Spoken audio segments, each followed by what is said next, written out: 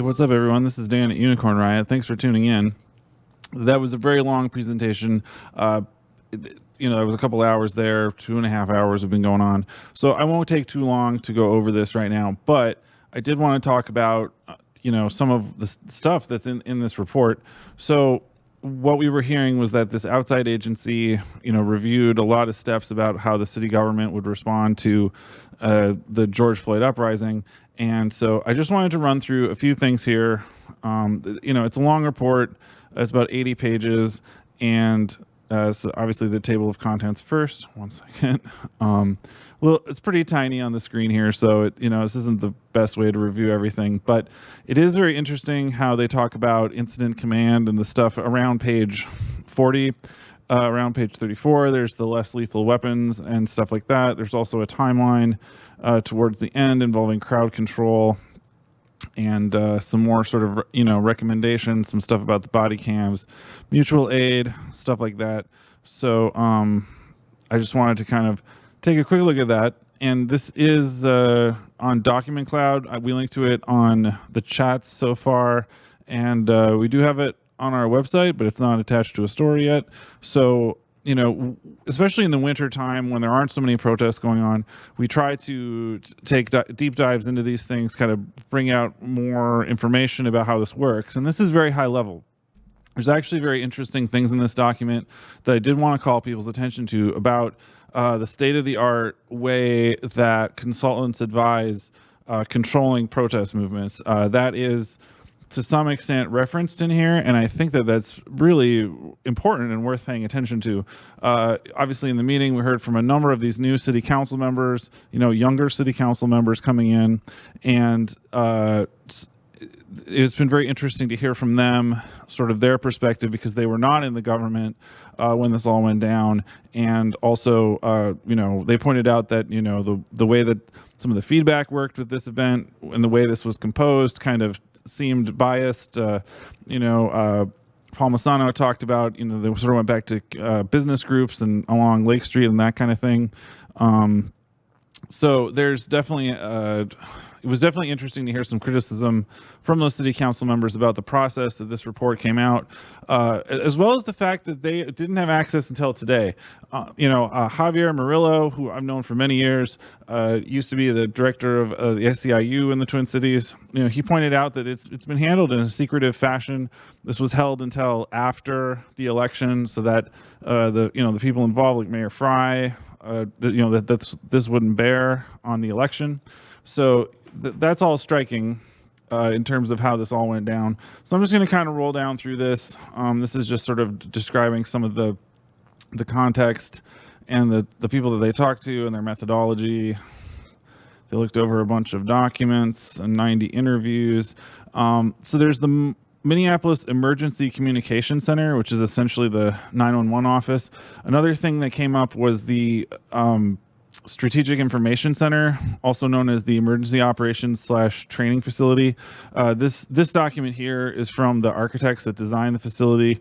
You can see that the security cameras around the city are controlled there. They did talk about how there's apparently conflicts under the hood with how the security camera system works. So this is sort of up on that road towards Fridley, near the Mississippi River. That was sort of a key site where a lot of the coordination was done from. So again, this photo was from people that laid out this sort of Star Trek looking facility.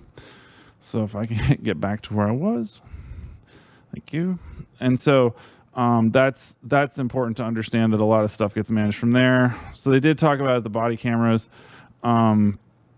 The Emergency Operations Center, EOC, I believe that is the reference to the same area. So I'm mainly kind of shooting for some certain pages that are a little lower down. If you'll just hang on a minute. So they did have key findings about the community. Let's see. And sort of major findings, recommendations. Of course, as with many of these other things, they're talking about the wellness of the police. And they said that the city did not use its existing emergency operations plan. They talked about in the chat in the hearing that the police were not working through the public works department, that precincts were just sort of ordering gear sort of off to the side and stuff like that. So there was not even following the procedures that they do have internally. So there was definitely that going on. And so talks about how they did not develop formal crisis response plans, and then here there are references to the 2008 Republican National Convention, the NCAA Final Four, the Super Bowl, presidential visits, other things of that nature. Certainly, a lot of the folks I came up with were involved in either protests or covering what happened during the 2008 RNC. So again, it's striking that all these years later, it's still relevant.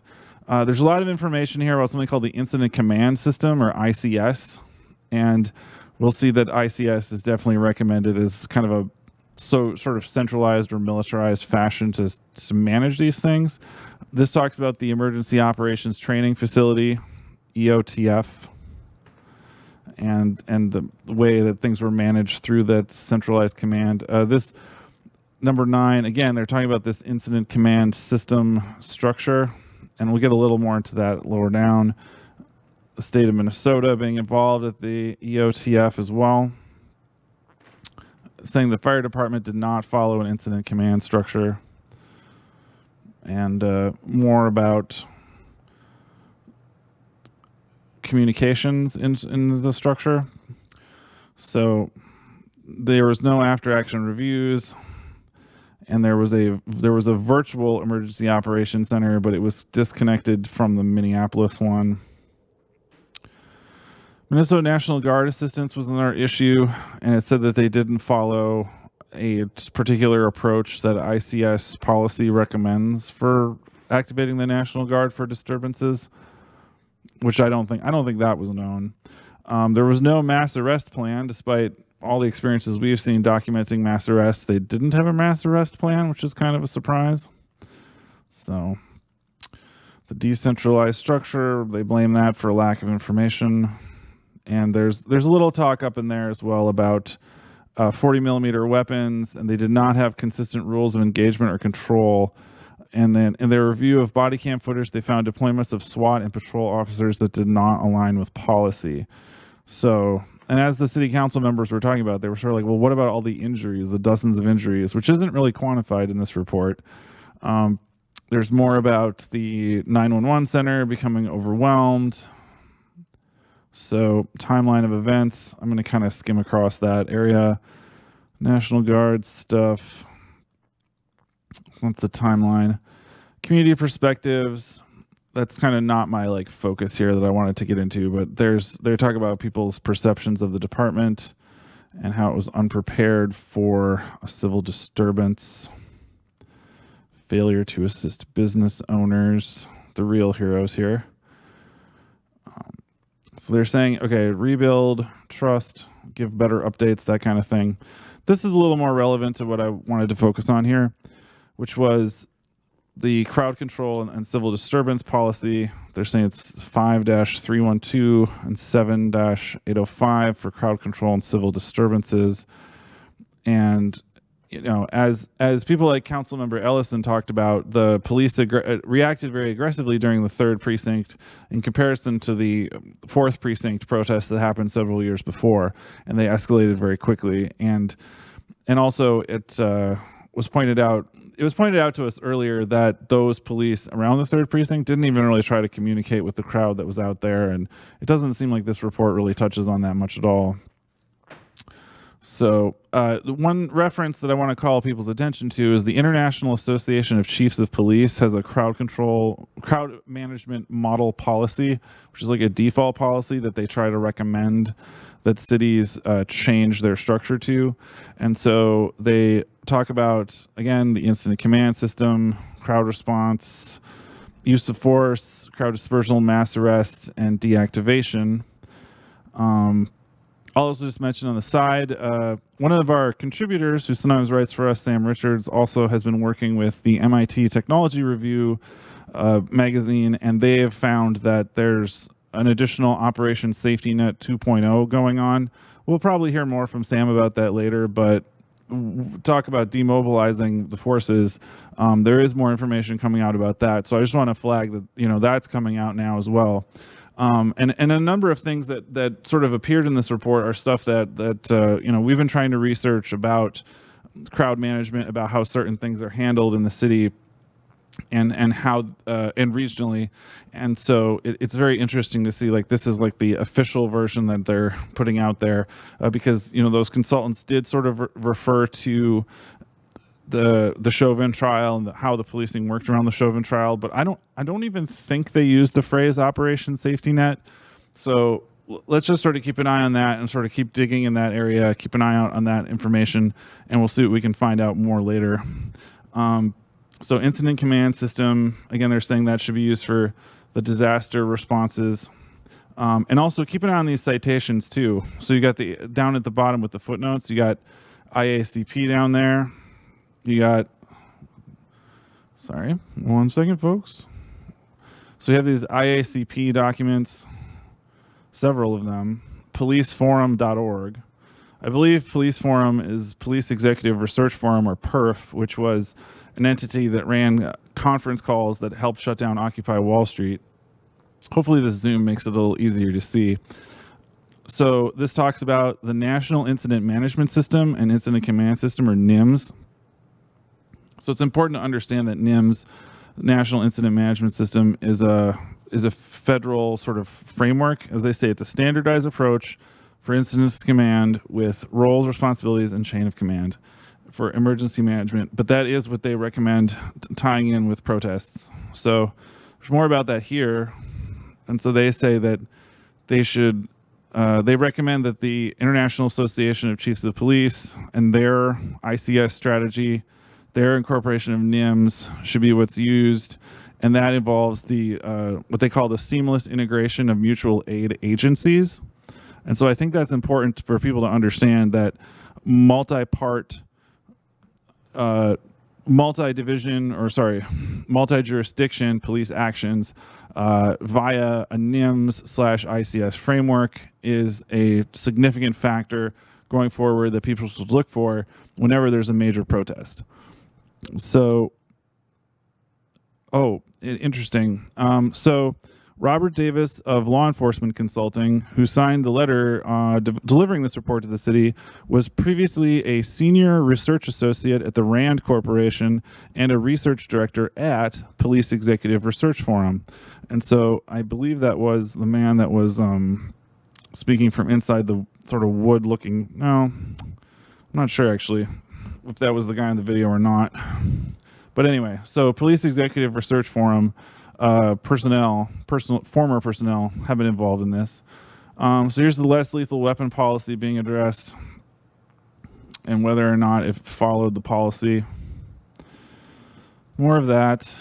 They found no evidence officers adhered to the guidelines that state when appropriate given the situation, they should yell code orange before and while they fire the projectile. And they did not observe that they adhere to the policy about use of force with 40 millimeters, and seemingly did not notify the dispatch personnel or tell the supervisor. And a supervisor must respond anytime 40 millimeters are used, and then they must review it. And so they talked about the SWAT officers, crowd control, civil disturbance, and more about that stuff, more about the chemical weapons and so forth, a lawsuit, and sort of more of the command structure. And they find the approval requirement is not necessarily feasible given their assessment of MPD's leadership and control. So they're saying that they don't want the decision handed off to the upper level. And then there's de-escalation. Okay. Use of force and de-escalation, balancing the considerations, internal affairs. So I'm just going to skip around a little farther here. Okay. So incident command, ICS framework is kind of they're kind of pushing in this, and they're saying that this situation was they describe the situation as chaotic and an embarrassment to the police department. And so, but they're trying to talk about how ICS should have been applied in this situation. and people worked through exhaustion. Some staff worked beyond 16 or 20 hours. So here's a little more interesting stuff. Incident Command System aims to provide operational plan for large event response, incident action plan, and the MPD lacked a detailed plan. And so this also says, FEMA states IAPs represent coherent means of capturing objectives, tactics, and assignments. So it's important to understand that FEMA's, the Federal Emergency Management Agency and the National Incident Management System that they run and organize is intimately involved in the planning and sort of policy level of large-scale protest control. That's a big takeaway that I hope people will consider when they look at this kind of information. And so you can see that they're, again, they're referring to the FEMA situation. They refer to the 2008 Republican National Convention again, right there. And that they said that they did not convene a plan for response, and that they're saying, okay, maybe this should have been formalized. Keep rolling here. And they summoned commanders to provide a staffing plan. All right, we'll just kind of keep going. All right. Intelligence and information gathering. Excuse me. Strategic Information Center supports MPD by providing intelligence and information through camera surveillance, social media monitoring, and collaboration with other intelligence gathering centers in the state. So one of the things that we reported on a few years back was that this center was being used to create social media sock puppets.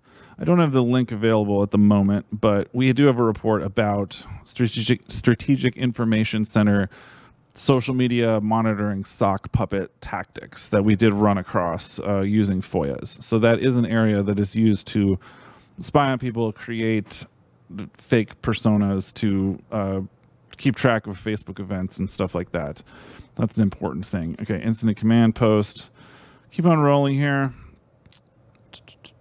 They talked about COVID and unmasked people, sort of operating the OEM became challenging in a chaotic environment, stuff like that. Okay, so they established a command post. All right. So they're talking about various sort of organizational failures. I'll just sort of keep rolling. I don't want to spend too long on this, but I do think it's worth looking in the details of this stuff and the what they're aiming for, and that helps understand the structure by which the response to civil unrest is managed in the city, because they haven't made reforms. They specifically declined to make new reforms in the MPD contracts. The new round of contracts, I just found this out today.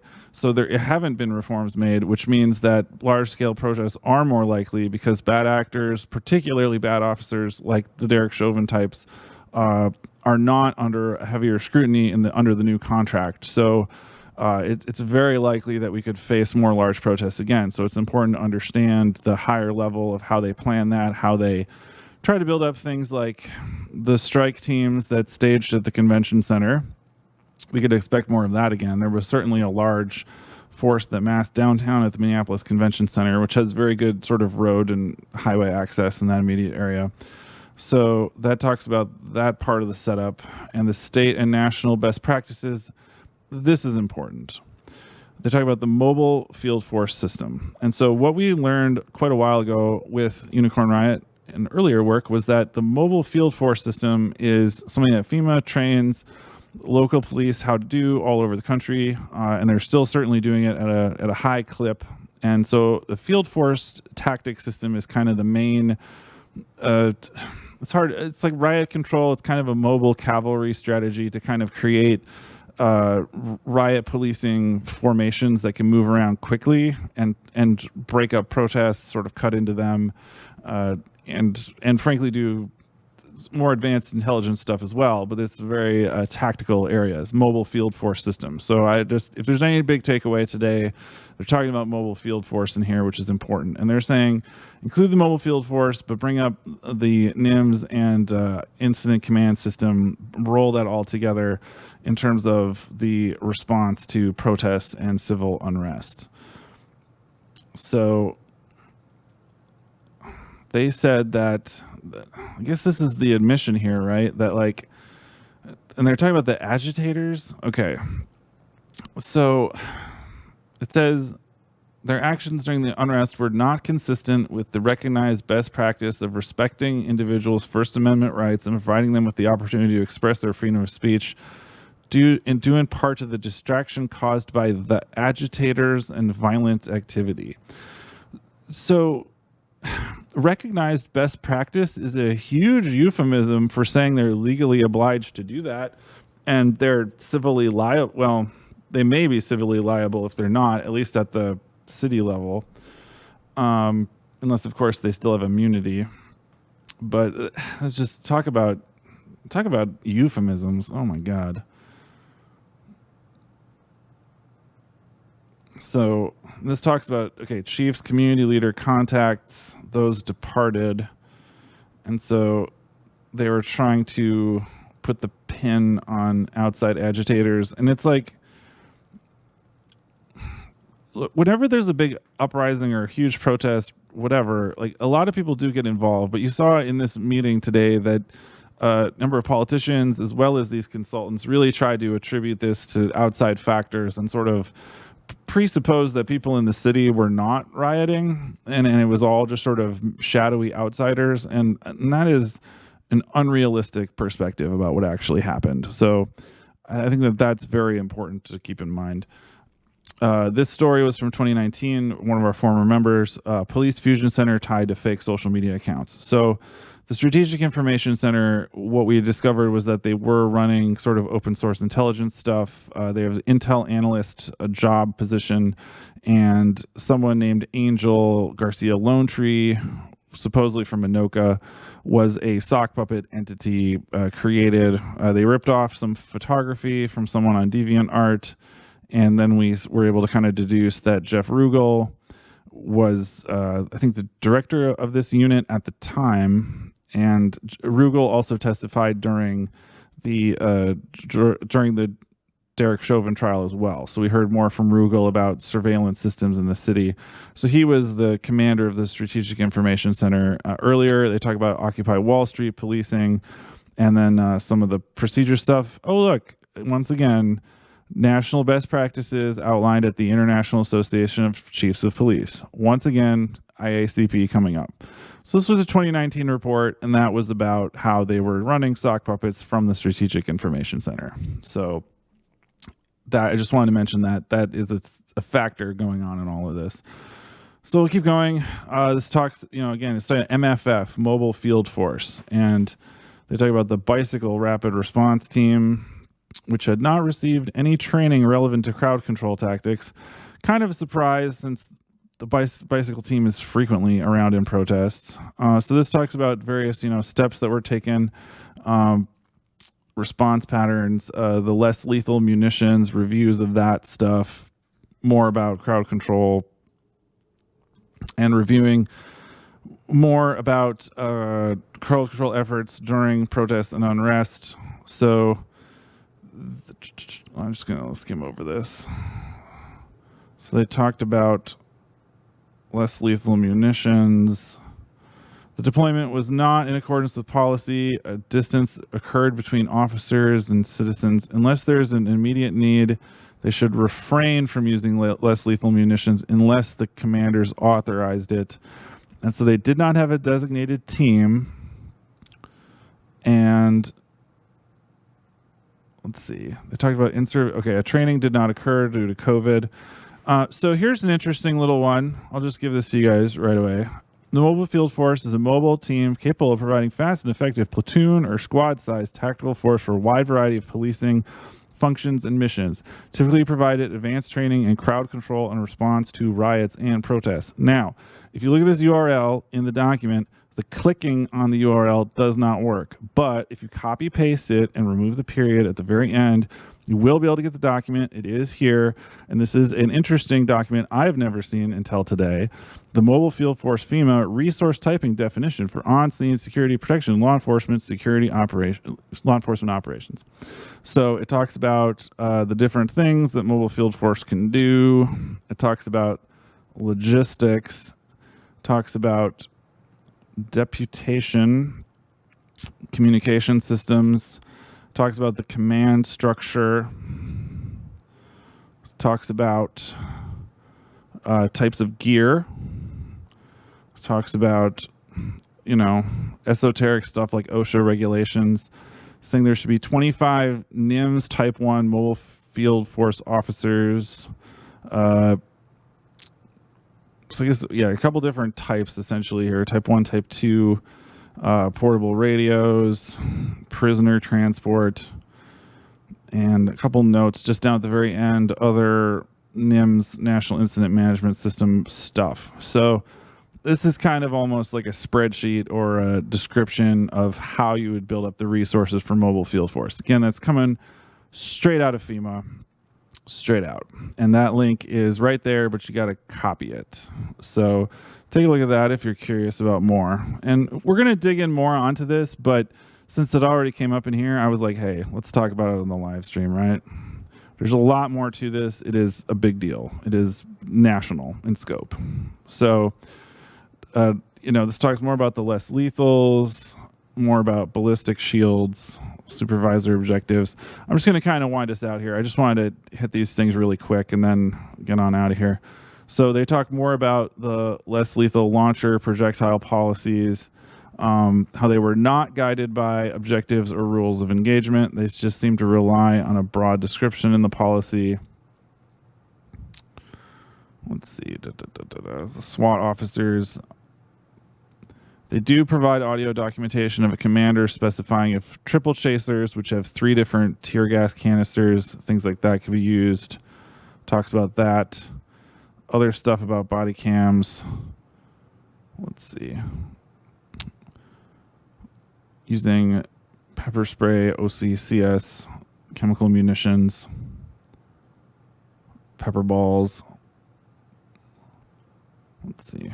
Fire department response. Okay.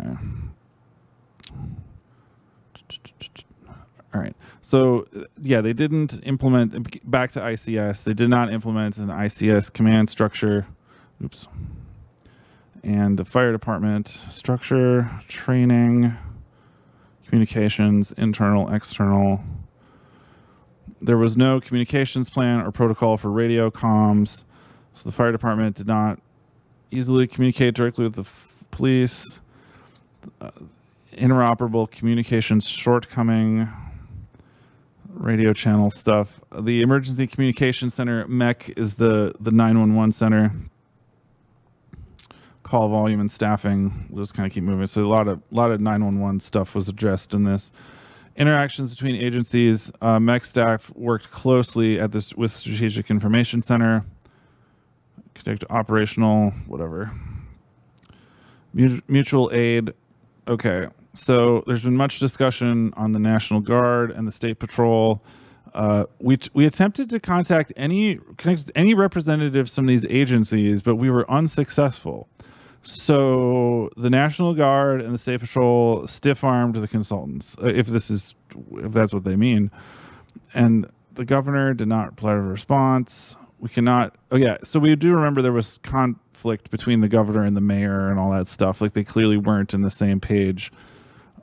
So there were certain details that were missing that were not included in the initial request.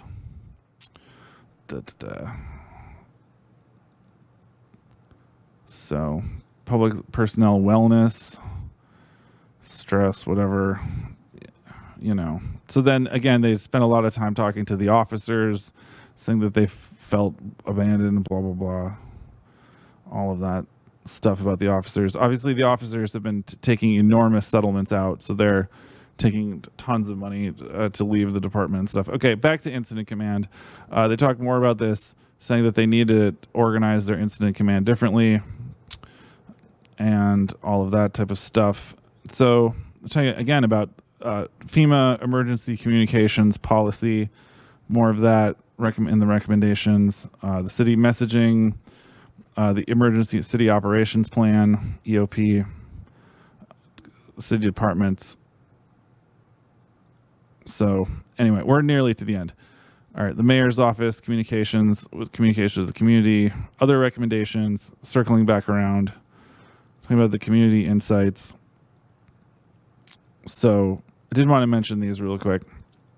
So they're saying, okay, community conversations, a forum for the business owners, a constructive conversation team inside the police involved with exercises. MPD must promote leadership inside. Okay. Renew their focus on adhering to the incident command system, incident management team. Revise the civil disturbance policy to have a clearer sense of direction to it. Incident management team is an action plan. They should change their procedures to require members to switch during a major incident. Supervisory munition, more about the less lethal munitions. They should hold them accountable for that. Make sure they've completed relevant training in advance of an incident. Maintain responsibility for the munitions, and so forth. Designate command level staff from less impacted precincts to establish and execute plans for calls of service that are separate from this. Public Works Department. A citywide crisis communications plan to leverage social media briefings. Create a new rank between the deputy chief and assistant chief. Internal triggers and protocols for incident command system. Training refreshers. Controlling the city cameras, number 19. And another sort of formal plan for emergency communications. Revise some of that, the employee stuff. And formalize the process for engaging outside support for investigations when it faces a surge of complaints to large protests and events. Okay. All right. Well, so that's the end of the document. Again, this is coming from Hillard Heinze. This just got dropped today. The city council did not get a chance to look at it before it came through. So I just wanted to give you a quick skim of that, some certain particular things that jumped out to me that I was able to look at when I was watching the city council to talk about it. So I think we'll pull it down there. I really appreciate everyone's time kind of sticking around learning about that. Again, I just want to stress this, spoiler alert, that like there is a national policy template and it's parts of that are referenced in here. They talk about the International Association of Chiefs of Police, Police Executive Research Forum, this FEMA mobile field force stuff. This was a new document that I hadn't seen before. Its URL is in that document. And again, if you want to learn more about mobile field force policing and the strategy that's involved, we got this 2016 report that Chris and I put together about how mobile field force works. So I think that's very relevant to learn. I think it could make a significant difference in understanding. I think that's what people saw nationwide, right? Was that there were more mobile field force layouts, systems nationwide during the George Floyd protest, striking continuities in terms of the gear they had. You see it in the animated GIF, the 40 millimeters, marker rounds, the tactics, the line, crossbow arrest formation, lots of different formations.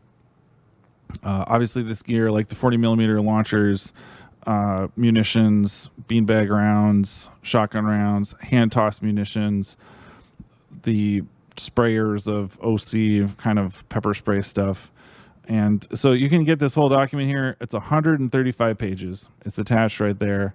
And back in 2016, we had an eye on it because of the National Special Security event, the 2016 Republican National Convention. So just wanted to mention that we did that report earlier, and it's really helpful for understanding this stuff.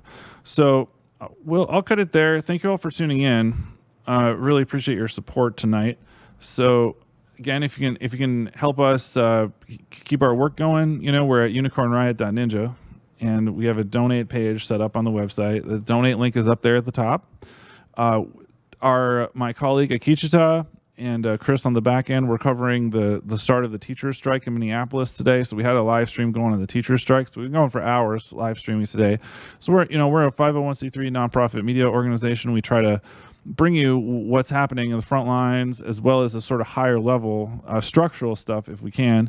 And also, if you're curious, you can check out my Hacks in Wartime piece. I did write up a story about all the different sort of weird hacker stuff happening with this terrible war where Russia's invaded Ukraine and there's all these refugees now. So you can take a look at that story as well. So anyway, thank you all for joining us. I'll take the stream down. I really appreciate your support today. Everyone have a good night and stay safe out there. And again, you can check out this report. We did put it out on Twitter, and we've got it linked in social media.